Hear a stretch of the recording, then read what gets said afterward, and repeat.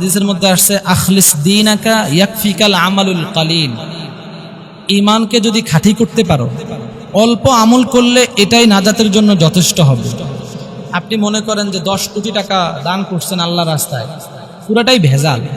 2 টাকা দান করছেন, এটা একটা খালেস। শত কোটি কোটি টাকার চাইতো এই 2 টাকার আমল অনেক বেশি, সওয়াব অনেক বেশি। বর্তমানে এই যে আমরা মনে করেন কোরবানি করছে মানুষ, 2টা গরু কোরবানি দিছে, 10টা গরু কোরবানি দিছে, 50টা গরু কোরবানি দিছে। আল্লাহ কি এটা দেখে? এটা দেখছে কারো? কে কয়টা গরু কোরবানি দিছে? আল্লাহ শুধু দেখছে তার ভিতরের অবস্থাটা কি। একটা ঘটনা বলি, শেষ করে দিই। প্রখ্যাত একজন মুহাদ্দিসের নাম আব্দুল্লাহ ইবনুল মুবারক রাহিমাহুল্লাহ তাআলা। সহিহ হাদিসের কিতাবগুলোতে আব্দুল্লাহ ইবনে মুবারক থেকে অনেক হাদিস রাওয়ায়াত আছে। এই আব্দুল্লাহ ইবনে মুবারক রাহমাতুল্লাহ আলাইহি শুরু দিকে উনি ভালো মানুষ ছিলেন না। গান বাদ্য করতেন, মদ খাইতেন, নাচানাচি করতেন, সবই করতেন। আব্দুল্লাহ ইবনে মুবারক রাহিমাহুল্লাহর একটা আপেলের বাগান ছিল। কিসের বাগান? আপেলের বাগান। বিভিন্ন মৌসুমে উনি ওনার পরিবারকে নিয়ে ওই আপেলের বাগানে অনুষ্ঠান করতো, গানের আসর করতো। তো নিজেই উনি গান গাইতে পারতো। গান গাওয়ার পরে সবাই মদ খায়া শুয়ে থাকতো, শেষ মাতাল হয়ে, পরিবার সবাই, ছেলে সন্তান হয়ে। একদিন ঘটনাক্রমে রাত্রে গান বাদ্যর অনুষ্ঠান হয়েছে, এখন সকালে ওনারা সবাই মদ খায়া শুয়ে গেছে। হঠাৎ করে সকালে উঠা, আগে তো আর এই সমস্ত অত্যাধুনিক প্রযুক্তি ছিল না গানের, তখন একতারা দোতারা ছিল। ওনার কাছে যে যন্ত্র ছিল উনি এটা বাজানোর চেষ্টা করছে সকালে ঘুম থেকে উঠে, এটা বাজতেছে না।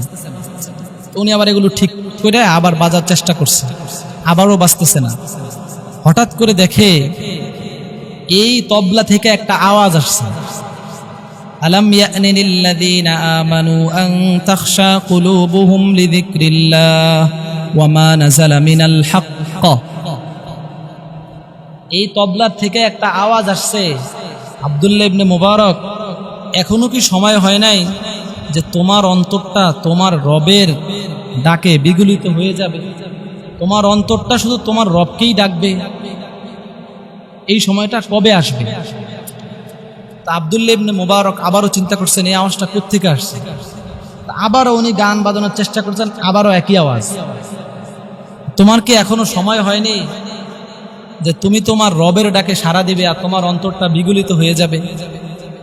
তারপরে আব্দুল্লাহ ইবনে মুবারক চিন্তা করছে যে এখন থেকে আর আমার বসে থাকা চলবে না। চলে গেছে ওই জমানার সবচেয়ে বড় মুহাদ্দিস ইমামুল আজম আবি হানিফা, আমাদের ইমাম। তারপরে উনি হাদিস শিখা শুরু করছেন। হাদিস শিখতে শিখতে শিখতে শিখতে ওই জমানার সবচেয়ে বড় মুহাদ্দিস হয়ে গেছে। উনি একদিন হজে যাওয়ার ইচ্ছা করছেন। তো আমাদের দেশের সিস্টেম তো এমন, বড় কোনো হুজুর যদি হজে যাওয়ার ইচ্ছা করে তার সাথে আমরাও যেতে চাই, তাই না? অনেকে যেতে চায় না এমন যে হুজুরের সাথে হজে গেলে ভালো হবে। তো আব্দুল্লাহ ইবনে মুবারক সবচেয়ে বড় মুহাদ্দিস, ওনার সাথে মানুষ হজে যাওয়ার জন্য একটা কাফেলা তৈরি করছে। তো কাফেলা সবাই হজে রওনা করছে। আব্দুল্লাহ ইবনে মুবারক রাহমাতুল্লাহ আলাইহি উনিও হজে যাওয়ার জন্য রওনা করছে একসাথে। অনেক দূর যাওয়ার পরে এক জায়গায় কাফেলা স্থির করছে যে এখানে আমরা আজকে রাত্রে অবস্থান করব, কালকে থেকে আবার রওনা করব। আগের তো জমানায় কোনো বিমান ছিল না। হঠাৎ করে উনি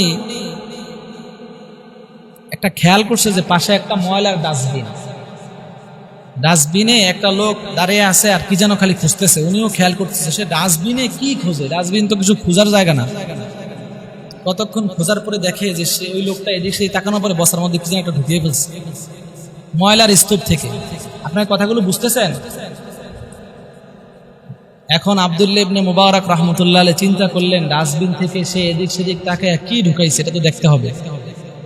তো উনি একা একা ওই লোকটার কাছে গিয়া জিজ্ঞাসা করছেন, এই তুমি এই ময়লার স্তূপ থেকে কি ব্যাগের মধ্যে ঢুকাইছো বলো। তো সে বলতেছে, না আমি কিছু ঢুকাই না, এই করতেছি। আব্দুল্লাহ ইবনে মুবারক রাহমাতুল্লাহ আলাইহি ভালো করে বলেছেন, তুমি দেখাও, নাহলে তোমার এখান থেকে যেতে দিব না। তো এবার ব্যাগটা খুলে দেখে যে ওই লোকটা একটা মরা মুরগি ব্যাগের মধ্যে ঢুকাইছে। আব্দুল্লাহ ইবনে মুবারক রাহমাতুল্লাহ আলাইহি তাকে জিজ্ঞাসা করছেন, মরা মুরগি তুমি কেন ঢুকাইছো? তখন ওই লোকটা বলতেছে, আমার কয়েকদিন যাবত আমার পরিবারে কোনো খানা নাই, কিচ্ছু নাই। আমার সন্তানরা কিছু যে খাবে তাদেরকে এটাও দিতে পারি না। এই মরা মুরগিটা দিলে রান্না করে তাদেরকে খাওয়াবো। আব্দুল্লাহ ইবনে মুবারক রহমতুল্লাহ আলাই হজে যাওয়ার জন্য যে সকল টাকা রেডি করে রাখছিলেন সবগুলো তাকে দিয়ে দিয়েছেন, দিয়ে বলছেন বাস তুমি এই টাকা দিয়ে একটা কিছু করবা আর তোমার পরিবারের জন্য খানা কিনবা। এবার কাফেলার কাছে আয়েশা বলতেছেন আমি এবার হজে যাব না, তোমরা চলে যাও। তো তারাও বুঝে নাই যে হুজুর কেন হজে যাবে না, হয়তো কোনো সমস্যা হয়েছে বা অসুস্থ হয়েছে এই জন্য যাবে না, বাস সবাই চলে গেছে, হুজুর আর যাইতে পারে না, কারণ টাকা পয়সা তো নাই। এখন ওই সময় যে কাবা শরীফের ইমাম ছিল, বাইতুল্লাহর হজের সময় উনি স্বপ্নে দেখতেছে বাইতুল্লাহর পাশে বসা যে এই বছর কারো হজই কবুল হয় না,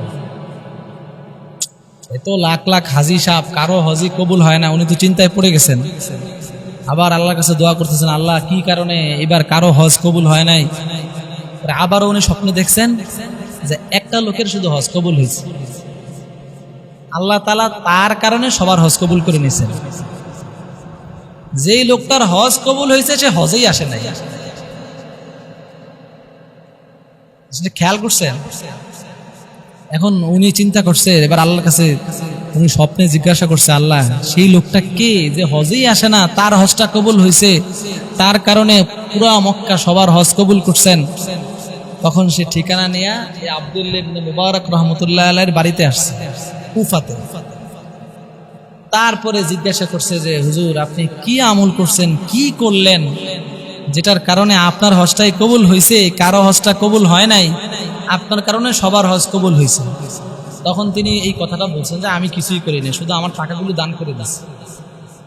যেন লাখ লাখ হজের দাম, বুঝছেন জিনিসটা? আল্লাহ তাআলা শুধু চান ভিতরের বিষয়টা, তার আসলে প্রকৃত অবস্থাটা কি। সে যদি হজে নাও যায়, তার প্রতি আল্লাহর ভালোবাসা, নবীর ভালোবাসাটা কেমন ছিল, তাহলে সে ওই হজকারীর চাইতে বেশি দামি। আল্লাহ তাআলা আমাদেরকে সঠিকভাবে বোঝার তৌফিক দান করেন এবং আমল করার তৌফিক দান করেন। আমরা যেন সবাই নিজেকে ছোট মনে করব, মানুষকে বড় মনে করব, নিজে সব সময় ঠকবো, মানুষকে ঠকাবো না, মানুষকে মাফ করে দিব। এই গুণগুলো যদি থাকে ইনশাআল্লাহ কিয়ামতের ময়দানে আপনার যদি আমল কমও হয় আপনাকে আল্লাহ মাফ করে দিবেন। আল্লাহ রাব্বুল আলামিন আমাদেরকে আমল করার তৌফিক দান করেন।